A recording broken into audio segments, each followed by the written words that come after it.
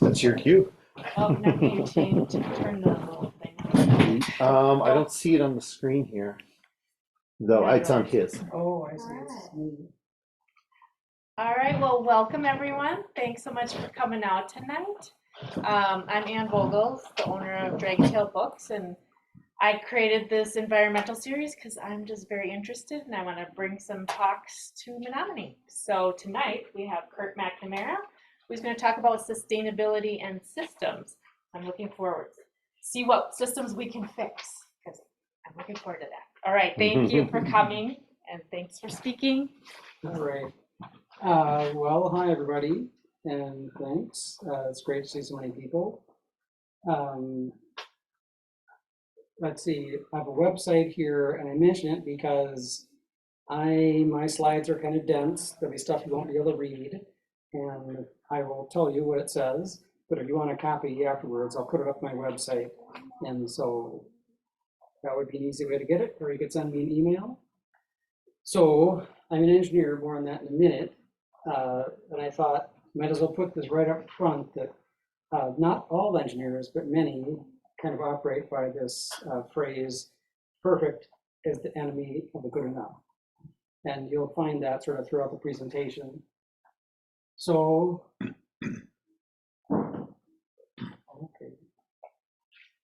Never clear exactly what to do. Okay, so it's expected you talk about yourself a little bit, so try and make it short. And so if you could read the stuff at the top, these would be links to an organization called the International Council of System Engineers. And that's an international group. It's pretty much the group of system engineers, and those are the people that make sure projects run correctly, especially big projects. And so I've spent, oh my gosh, over a decade working with them to get material in front of system engineers about inspiration from nature, which is sometimes called biomimicry. We call it natural systems. So that's a thing I've done, and it's taken a little bit, but we got there. Over here is something about the MCAD, Minneapolis College of Art and Design, Sustainable Design Master's degree, which I also taught in for over 10 years. And I had a systems course and an innovation course, and a Buckminster Fuller course, and another one or two. Because I'm an engineer, and it was in the ad that Ann put up, thank you. I thought I should talk about that for a second. So this, in the lower left corner, is the Honeywell round thermostat. And a lot of you might remember it. It was a wonderful design. It was created in the early 1950s. They ran forever. There's nothing in them to wear out, basically. But one of the reasons they work so well is that they had a mercury switch. So what that meant was there was a little glass thing in the middle of it with a couple of contacts and mercury. And then when the thermostatic part of it would shift, the mercury would flow over the contacts, they'd be closed, furnace would come on.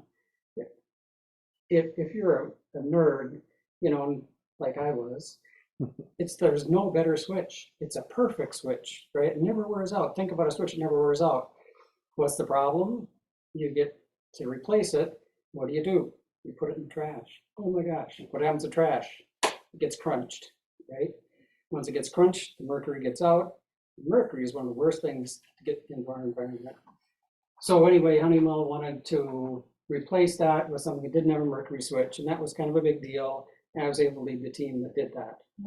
And then this is just a little image of my website. Oh, it's working now. So it's good to talk about sustainability. And one way is to talk about the United Nations Sustainable Development Goals. And a reason for it is that they're very broad.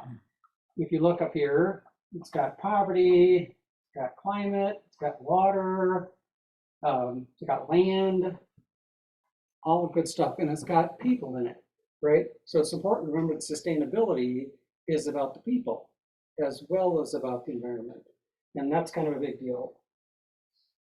Now, so I guess I should go back for a second. These have been working.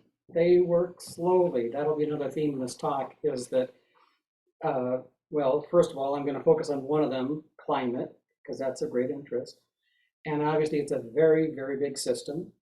And in fact, it's many, many systems, right? From the smallest ones like our actions to the corporations to, Earth systems. Um, and it just seems like a useful way to view one aspect of sustainability in systems is to think about climate, because everybody kind of is thinking about it in whatever way. So the bad news, I guess the other thing I wanted to say was the goals have made pretty darn good progress, right? If you go and look at what's actually happened by having these in front of all the member countries and United Nations, policies that have been put into place and a great amount of progress has been made. You may not have heard about it because our news media doesn't tell you about good news, and I'll talk a little bit about that. But good progress has been made, but of course, there's still big trouble. And this is the planetary boundaries. So the center, the green, is where if human civilization is working within the boundary, Earth systems are still okay. If we're doing too much, if we're putting out too much carbon dioxide, for example, we're outside the boundary. And so it's commonly believed that we're outside the boundary in a bunch of stuff. And so then one of those particular ones is climate. How do we know that? Well, there's so much data. There's so many parallel data sets that go back millennia. There is now really no longer any discussion about climate change. What you'll find is that the people who don't want us to consider climate change have changed their tactics. They used to try and convince us that climate change wasn't real. Nowadays, what you're going to find them doing is telling you the solutions don't work. We don't have enough minerals for the batteries. Oh, it's terrible how they mine the minerals for the batteries, right? Et cetera, et cetera, et cetera. Windmills are bad for birds. All these things come into this kind of disinformation campaign to convince us there's a problem with solutions. And why are they doing it? They want to slow us down because there's a lot of vested interest in money in things going on the way they've gone on, right? So, okay, so we know climate is real because of all the data sets. You've maybe heard the phrase IPCC, International Panel of Climate, something or other. And that's scientists from around the world, also 180 some countries, and they get together and discuss how to present the information and look ahead. So it's a great thing to do, and it's allowed us to have a cohesive set of recommendations. They're very conservative because people are, they don't want to say too much, right? So they tend to lag behind what's actually going to happen. That's the bad news about IPCC. But it's great that they do it, and they keep at it because basically they have all the nations together talking about it, and then many things that come out of it. Anyway, the other thing I put up here is that I happened to bump into the conference on AI for Good. So we're all familiar with AI a little bit. It's everywhere. Is it going to change our jobs? Is it going to, destroy humanity, etc.? So anyway, this is a conference and a bunch of people working on how can you use it for the betterment of humanity. And this particular one is how to get better climate models. And I grabbed this screen because it shows you these are the billion-dollar disasters in 2021. Okay, so the insurance companies really know that climate change is real. I also put down a thing in here that I heard at a Moses conference. It's now called Marble Seed, but Moses back in the day.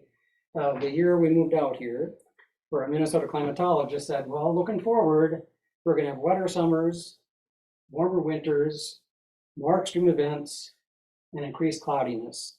And so Marilyn and I are completely off the grid. We just have a few panels. And so when it's cloudy for more than a couple of days, we got to run the generator. So this year, you remember all the cloudy weather we had? We probably had to run it 20 times. Never did we run it more than about 6 for the winter. So stuff is happening. And we're now at this point where we're close to what are called tipping points. I'm going to get a little more cheery and optimistic in a minute, by the way, but this is kind of expected, right, to go over this stuff. So there's a bunch of tipping points where we can go from kind of what we've seen, but it's a little bit worse, to really different. And these have been identified a long time ago. People have been looking at them. The one right now we're hearing the most about is what I call the North Atlantic Conveyor, the Gulf Stream. And that basically brings warm water up to places like the United Kingdom. And it looks like it's nearly going to turn around. That's going to be a big, big deal when it happens. So we're going to see, personally, we're going to see changes like I just talked about, right? We're going to have bad storms, worse storms, warmer this, hotter that, etc. But also big stuff's going to happen in other places that aren't as fortunate as we are here in Wisconsin. So, and that will eventually affect us. All right. So then, what about systems? Well, we've now made a system right here. It's a temporary system up here in the room. We're connected, right? Sort of weakly connected, we call it. And some of us are more strongly connected. I'm here with Marilyn, my wife. So we're individual systems that are connected as a family system. And those connections are what we call relations, and that's really determines how the system works. And you can imagine a system that's two people and they're sharing things, the third person shows up. Well, it does change the system. However, all the dynamics change, right? There's things that you might share with your partner. You're not going to share, we'll pick on Amy because she's from church, and we'll chat about certain stuff but not other stuff. So we got a new system. So every time this happens, essentially we create boundaries and rules as these systems kind of reconfigure, if you will. Now, this is hugely important. Margaret Mead said, never doubt that a small group of motivated people can change the world. In fact, it's the only thing that's ever happened. I garbled it, but you get the idea. And how does that work is that Amy and I talk about something, boy, that's a pretty big deal. We get a couple more people involved, all of a sudden we got a little bit clearer system, we better have a meeting. We gotta have a meeting, we better get an agenda, we better figure out what to do, see what's happening. So we build it up, same way that what the fancy word is transactional systems. Like Don used to help local farmers sell eggs, because by collecting things together and going out, he was more effective, right, than everybody trying to market on their own. This stuff just happens, and mostly it's really good. Over time, what happens in society is that eventually somebody shows up as the middleman and is more interested in making the buck than being fair, right? And so it's a two-way street. And then, of course, it can get bigger and bigger. So those simple rules are really kind of all you need to know about systems. I could talk about a whole bunch of other stuff, an arm wave about, places to intervene and, systems this and systems that. And I'm happy to if you want, but I'm not gonna, because I think that's enough to understand that that's how things have gotten built up. Once they're built up, we expect them to stay the same way. It's like being in a company, right? I'm used to what's expected of me, right? And if you come in and tell me to change something, even if it might make more sense, I'm going to resist it, because I'm used to the way it used to be. Those relations are built into my brain now, right? So that's kind of what you need to know about systems, I think. Yeah, they're mostly built from the bottom up, and most of the ones that we're concerned about in terms of change are human systems. And so how do we change human systems? Well, that's interesting. We'll see. So most people coming to a talk like this are somewhat concerned about the idea and want to know, well, what do I do? It seems hopeless, doesn't it? It's these big corporations. How can I change their behavior? Or they think, well, I'm recycling, but it's not enough, right? And so then I put this in as one other view of it. So over the years, I've worked with futurists and learned about futurism and read books and taught a little bit about it. And the idea of futurist thinking is that you pay attention to the positive stuff, which is pretty much small things, and you then reinforce that positive stuff. Maybe you spend money at this bookstore. Maybe you come out to these community meetings. Maybe join an organization. And you do more of that than you fight the bad guys. Because it turns out to be really hard to fight the bad guys. You still got to fight them a little bit, right? But there's also a negative side to that. And so then that's kind of the core message of Futures. The related idea is you have to have a vision of how you want things to be. And so that's what they call sometimes a preferred future. So the future is going to happen regardless, right? It's just going to come tomorrow and next week and next year. When we can ignore it, there's a story. It might be a Zen story or Buddhist story, I forget. You're walking down the street, bang, you fall in a big hole. That's terrible. The next 2 days later, you're walking down the street, bang, you fall in a big hole. You're like, well, that's terrible. Eventually, you see the hole before you fall in it, but you still fall in it. And eventually, you say, well, wait a minute, there's a big hole there. Maybe I should go across the street. It takes a long time for our minds to kind of see the things and fall into them or move away from them, I guess. So what Futures says is that if you're working on something, you want to change something, something you're passionate about, and this doesn't have to be fixing climate. It can be enhancing community, right? It could be like Meryl was talking about knitting. Knitting is a positive thing. You know, you're making something, it's handmade, you know, you're doing something while you're maybe listening to a talk. A lot of positive things about it. So you could decide that enhancing knitting would be a good community building effort, and that's fine. And that's eventually going to help in its own way reduce climate effects and also what we call regeneration. More on that in a couple minutes. So you decide what you're going to work on, and then how effective will you be? It depends on, do you keep after it all the time? Are you always thinking about it, always doing a little bit? That's one part of it. The other thing is, do you kind of know the sweet spot of where you work? And that might be person to person. Oh, I really work best person to person. Or it could be, I work best in presentations or with students or with the neighbor. So, you know, to the extent that you can pick a mode that matches your abilities, you're more effective. So, and then there's ways to create change. You gotta, once again, have a vision of the future, spend the time on it, pick something that you're good at, and that's where you'll be pretty darn effective. Okay, there's more there we'll skip. So, you sometimes see charts of the CO2 just rising and rising and rising. It's kind of depressing, right? And once again, it's a huge, not just one system, many systems. Remember I talked about the Sustainable Development Goals and the United Nations getting together and all that stuff, the Paris Accords you might have heard of, or you might have heard of the COP meetings that go on and on after that. Well, they've been effective. Look at here. Carbon emissions appear to be plateauing. And there's country by country data to indicate why that's happening or how it's happening. And so this is a big deal. Now, how long before that CO2 comes down? It's quite a long time, right? There's not super good news on that. And where are we going to end up? They think right now, you know, kind of all the IPCC scientists and all the general agreement is we're going to wind up at 2.5 degrees C hotter than we want it to be.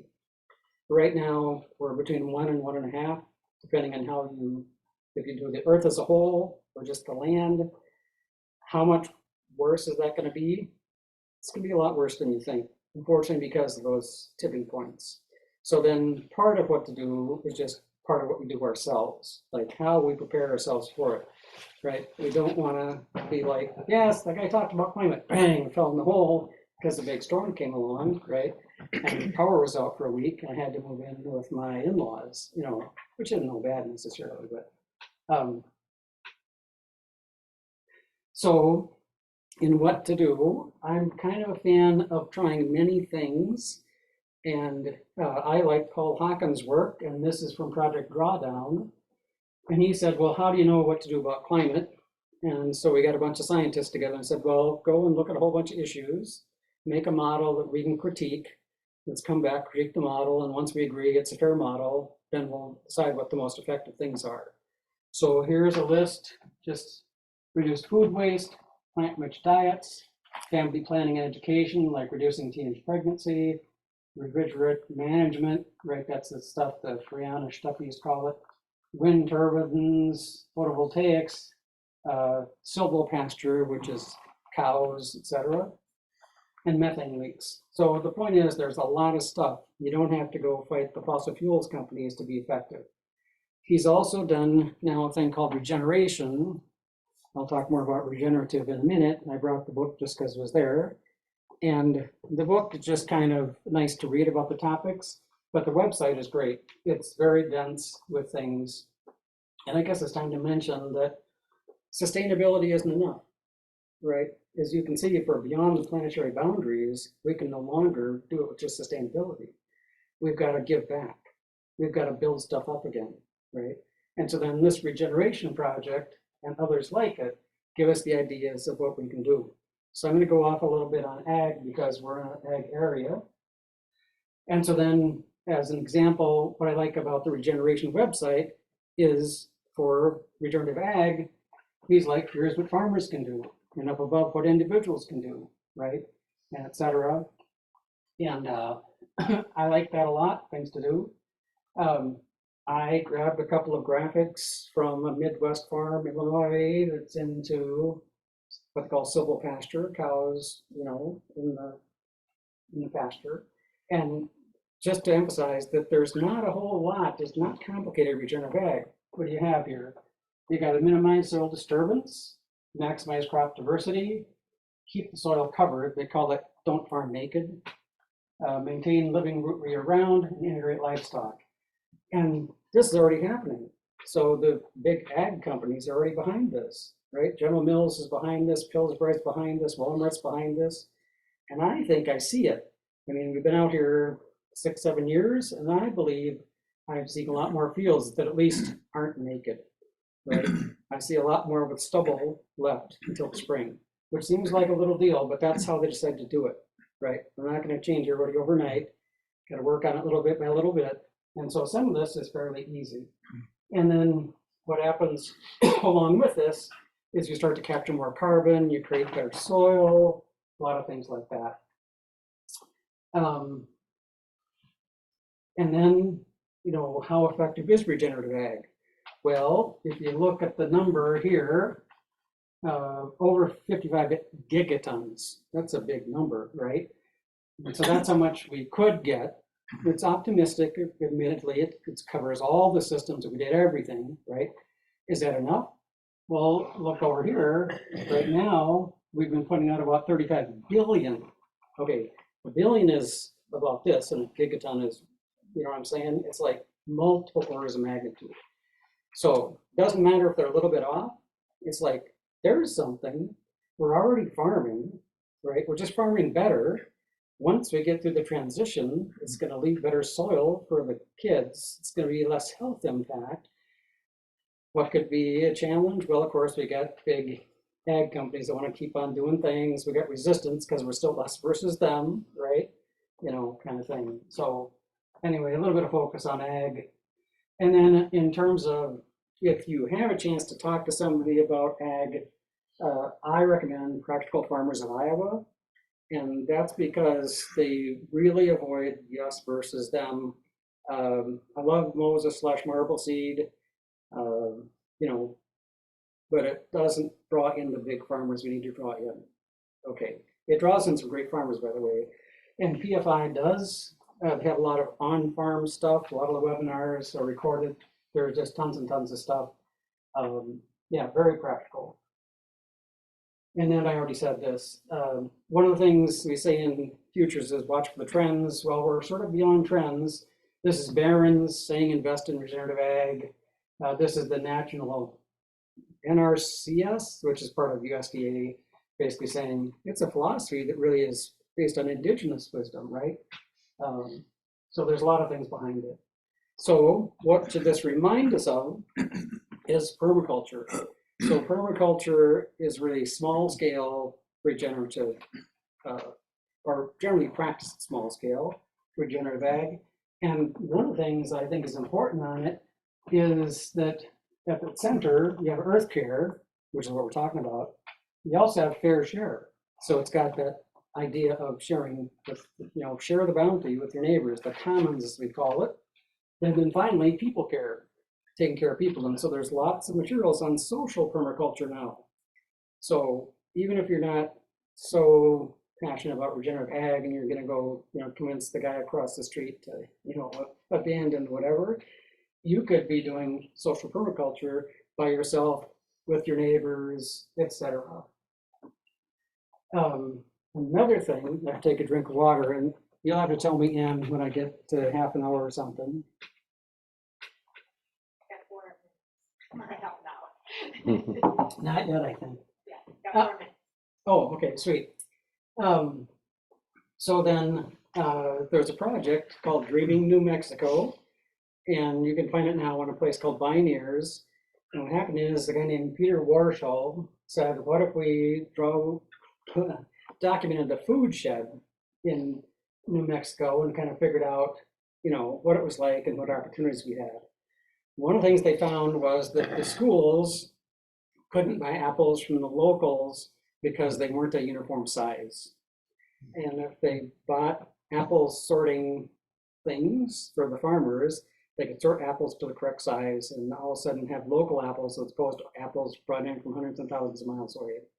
And they did many things like that. And it's inspirational. It could happen here. I think we're ripe for Wisconsin, Western Wisconsin food shed thing, just to show people all the stuff that's happening, making the connections. And they've now moved on to energy and other things, right, to transform the economy. So they're doing well. So then, what to do? Go back once again to that top thing, which is, oh my gosh, 2.5 degrees C, is it 3 times worse than it is now? I don't know. I tried to do the math once. I couldn't figure it out. So I got to ask somebody who knows more math. But it's a fair amount worse. And so one of the things that's happened in the last few decades is transition towns.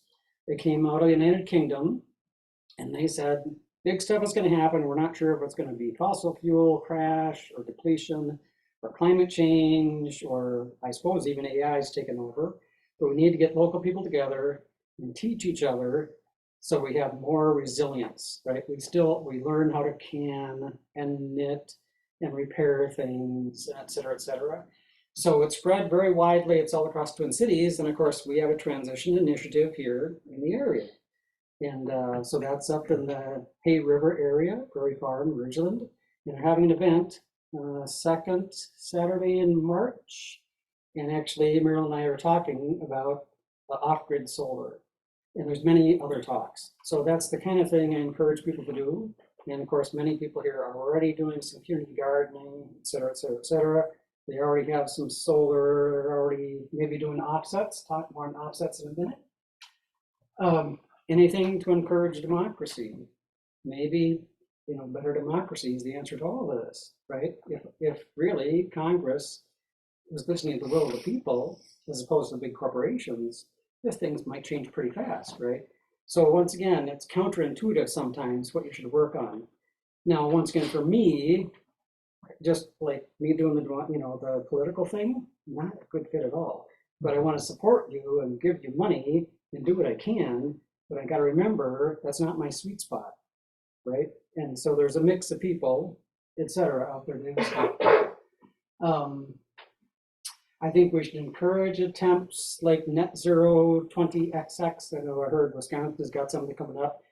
Even if it seems that's unrealistic, it's how you start. So I've worked in the industry a long time and been in a couple of companies where you put in a quality system. It's a big shock. In a quality system, what you have to do is pay attention to waste. And once you document it, you got to figure out why it's happening and then reduce it. Well, as soon as you start reporting it, people are like, oh my God, no, don't tell me that. That's terrible. Well, it's always been there, right? You just never paid attention to it before. And once you pay attention to it, you can fix it. So that's a good thing. And net zero is headed that way. you can't go to net zero without knowing where you're at, right? What's happening here, what's happening there, having the big map. And once you have the big map, then you can look for opportunities. Will I get there 2035? No. But is that the thing we got to do? Yes, we got to do. Regardless of the 2.5C and what it means to us older folks, the younger generations, we got to do what we can to leave better systems, right? And that's the kind of thing that's going to eventually build up into these better systems. So I really like that.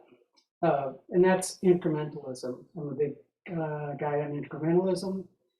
In transitions from one system to the next, what we talk about is we want to bring in this new system, right? Sometimes they call it an S-curve. We're going from one way of doing things to another. Well, it only works if you also phase out the old system. So as we're bringing something in that's new, we have to give support to people, right? Like if you're going to lay off coal miners, you know, really be clever to have a way to help them out, find something else to do, and maybe they're not going to be solar tax, but you can figure out something for them to do, right? Lots of interesting stuff going in coal country. So that's probably enough. I do mention degrowth a little bit. Another thing I think is to avoid the us versus them. So if I vilify my neighbor because of the way he farms, we're never going to have a good discussion about things. And there's no point. I want to be their friends, right? And if we talk long enough, what they say is you should talk to somebody like 12 or 20 times before you even mention an issue that you think is important, and establish those local connections, the local stuff, right? So, so anyway, us versus them. This William Calvin wrote a book 20 years ago about how he thinks that human brains have gone through different stages of quote unquote evolution or emergence.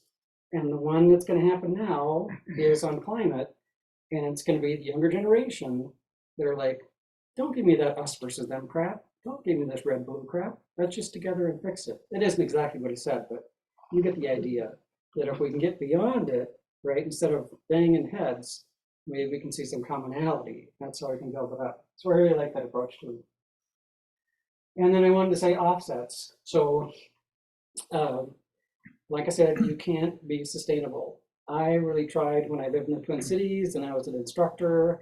I biked everywhere. I bought green energy. I ate plant-based diet. You know, I did the math. No, I'll never get there, right? So you can try all you want and never get there. Remember what we said? Sustainability ain't enough. We have to regenerate. How do we do it? You buy offsets. Offsets are easy peasy. There's companies like I use TerraPass where they fund projects. They're third party verified. So an auditor comes in and says, okay, you got the money, what did you do with it? Okay, Mr. and Ms. Scientist, is this going to be effective?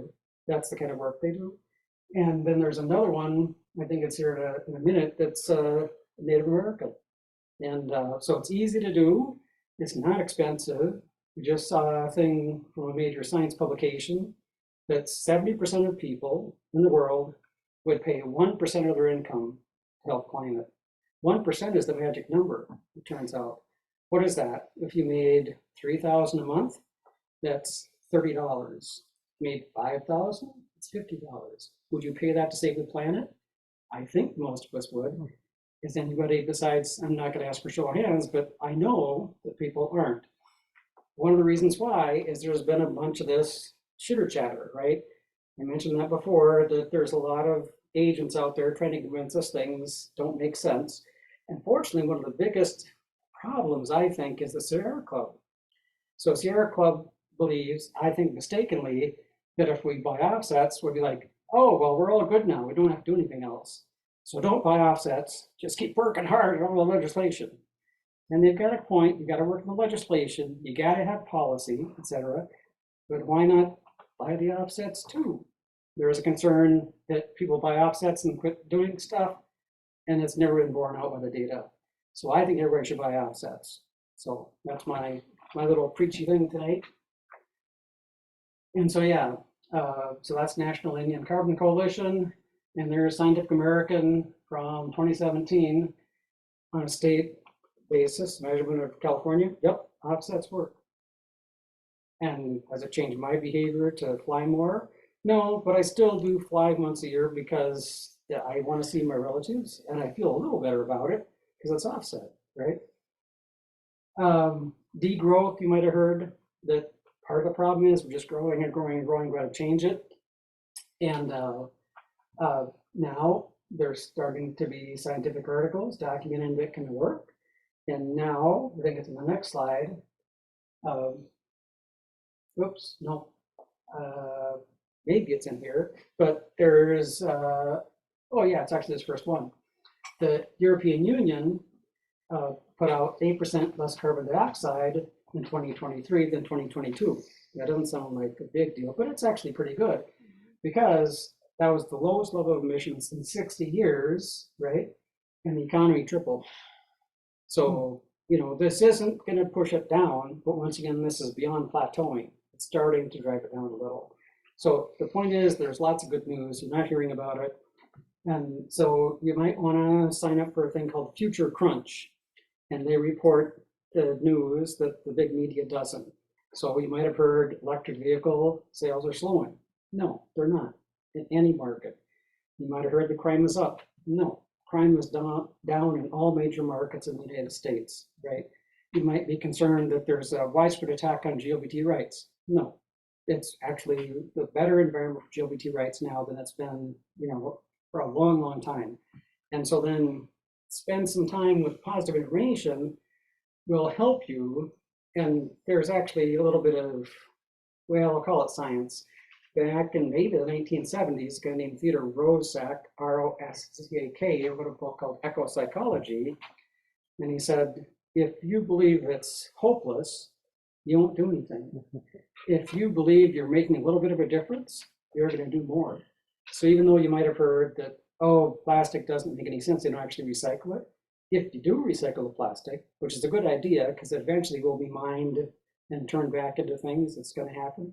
If you do, then it's just going to increase your positive attitude towards the whole thing and keep you more engaged. So degrowth, you know, can happen. The other thing I'll say is that if you look at nature and you think about forests that grow, you know, more complex, sometimes they call them climax ecosystems, they didn't pump any more energy through them, did they? You know, they don't burn fossil fuels anyway, but they got more interconnected. They created more diverse things, right? And that's a lot about information. It turns out that while humans mostly work with energy, nature mostly works with information. And so we can take a page from nature and work more with information. And cultural things are going to be part of this. A fairly recent book by Kim Stanley Robinson. It's called The Ministry for the Future. And actually, the Congo Church has been reading it. There's one more meeting, I think, second Friday in March. It just has a whole bunch of strategies and things that can happen to make the big transition. That starts off with geoengineering. So geoengineering means doing something. A typical thing is you put particles in the atmosphere, basically by changing jet fuel. You know, and so you go up and change jet fuel, so the exhaust puts all these tiny particles in the air, reflects sunlight, and the world cools off. It's pretty much guaranteed to happen. I hang with some NASA people periodically, and they bring in futurists and climate gurus and etc. It's like, yeah, as it starts to get weirder, as we hit towards 2.5 C, it's definitely going to happen. And then there's actually a book called Under a White Sky. That's what it's going to look like. We're not going to have a blue sky anymore because guess what? There's going to be that layer of stuff up there, but it's going to cool us off temporarily. So these are the mix of things that are going to happen. And that's in the Ministry of the Future, as well as a ton of other stuff, including the 2 kilowatt society, which if we all lived on 2 kilowatts, there'd be enough for everybody. And Marilyn and I live on about 1 kilowatt. She won't say it's easy or that she really likes it, but it hasn't really hurt us. You know, nothing really bad has happened. There's only, you know, we have to wait for the sun to shine to do certain stuff. We don't have a local, you know, washer and dryer, etc. So in winter we go to a laundromat, you know, but we are okay. Okay, and so then the future is going to happen. And we can either just say, oh, dang it, fall in the hole, or can we just be aware of it and say, the hole's up there, I'm probably going to fall in it, you know, but I got to be prepared to get transition. Or we can say, I want to work towards a better world by those futuring techniques I talked about before. And there's a bunch of tools for it. I think, and this is the same thing I had before, we're just talking about it. I guess I'll mention that my current project is a book about Buckminster Fuller's ideas, which I've recently sort of reframed to be about systems change, because I think that his most effective ideas were on systems and change. And he said there's three major ways we change a system. One is called the trim tab. So trim tab is a little rudder on the edge of a rudder. It's been on boats for hundreds of years.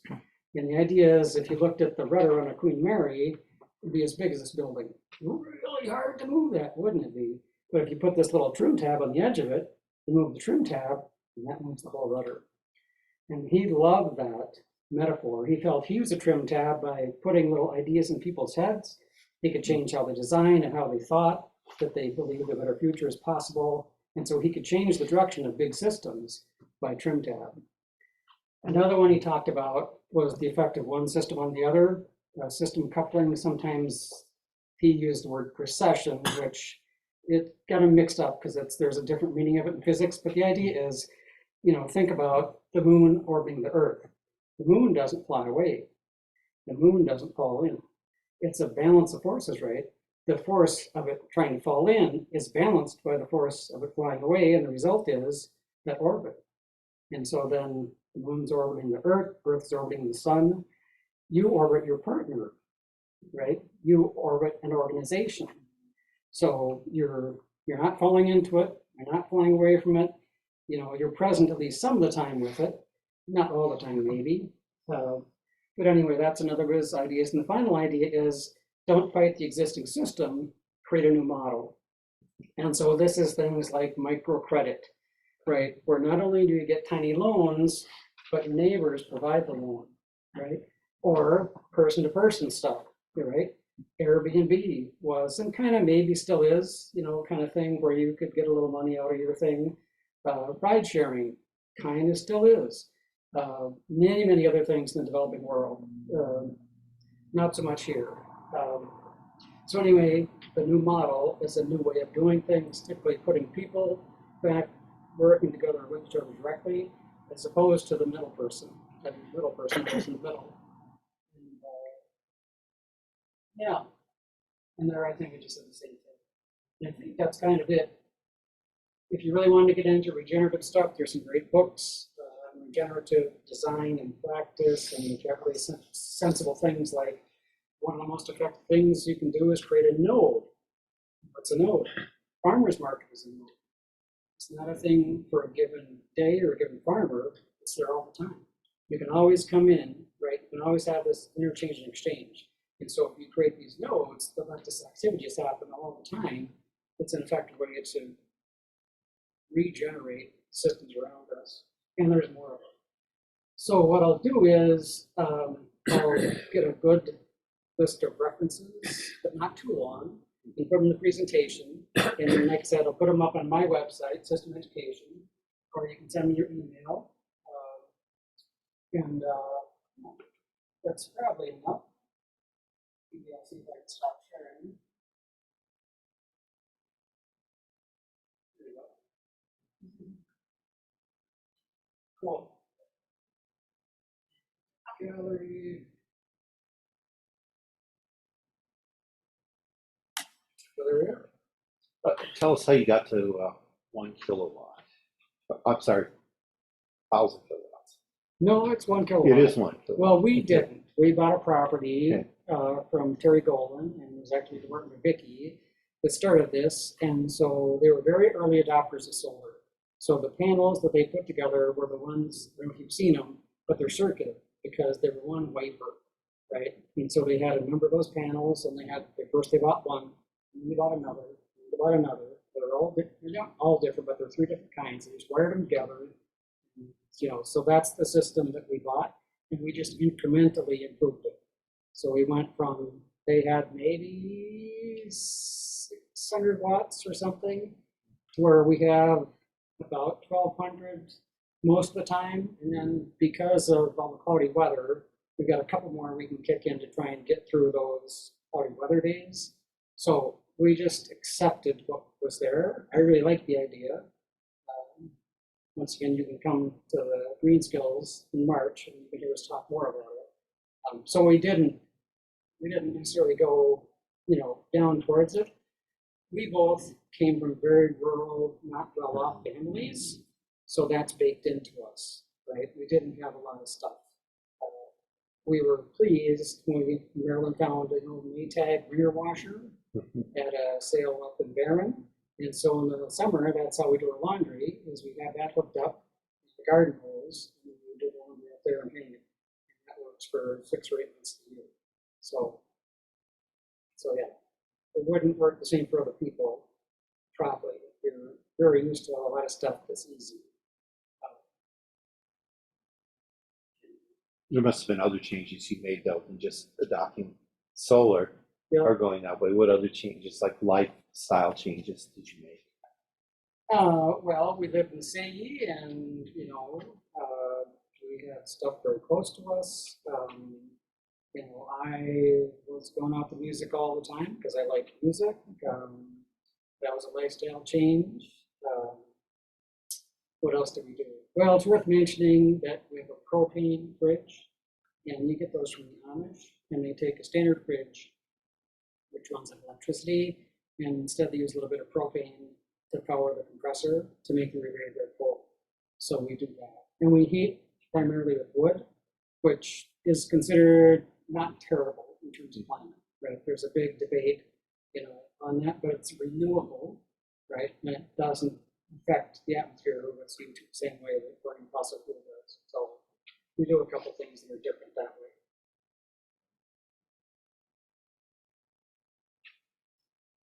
There must be more questions. Yeah.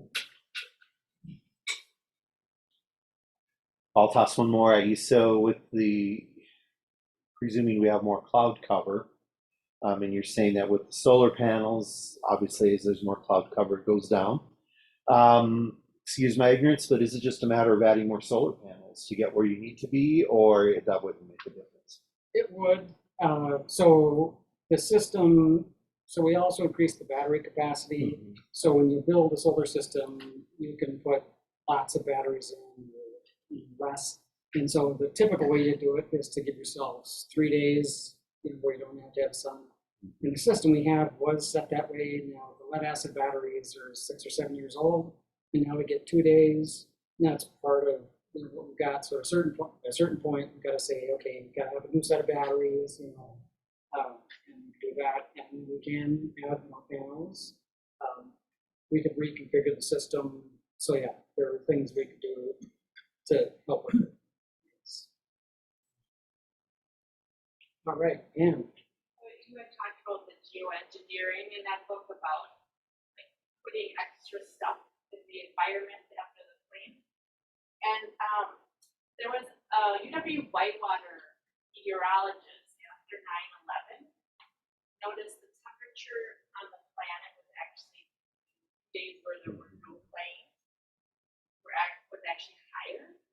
So they figured the particulate from the planes already deflect, so we would actually be warmer if we didn't have all the planes and the particulate in there, which seems like, this is kind of interesting and kind of counterintuitive. So maybe we don't need to add something extra. We're already there, but we're reflecting. another version of that was, China is doing incredible efforts to, change over to solar. And once again, if you look at Future Crunch, you'll see this.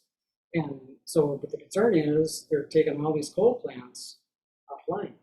And coal plants do the same thing, right? They put particulates in the air, and so that is part of the current weirdness because of a bump from that. I don't think they know, but that's definitely a thing that's going to happen. But anybody from Zoom, anybody from Zoom have a question or put it in the chat? Let's see. Check it out.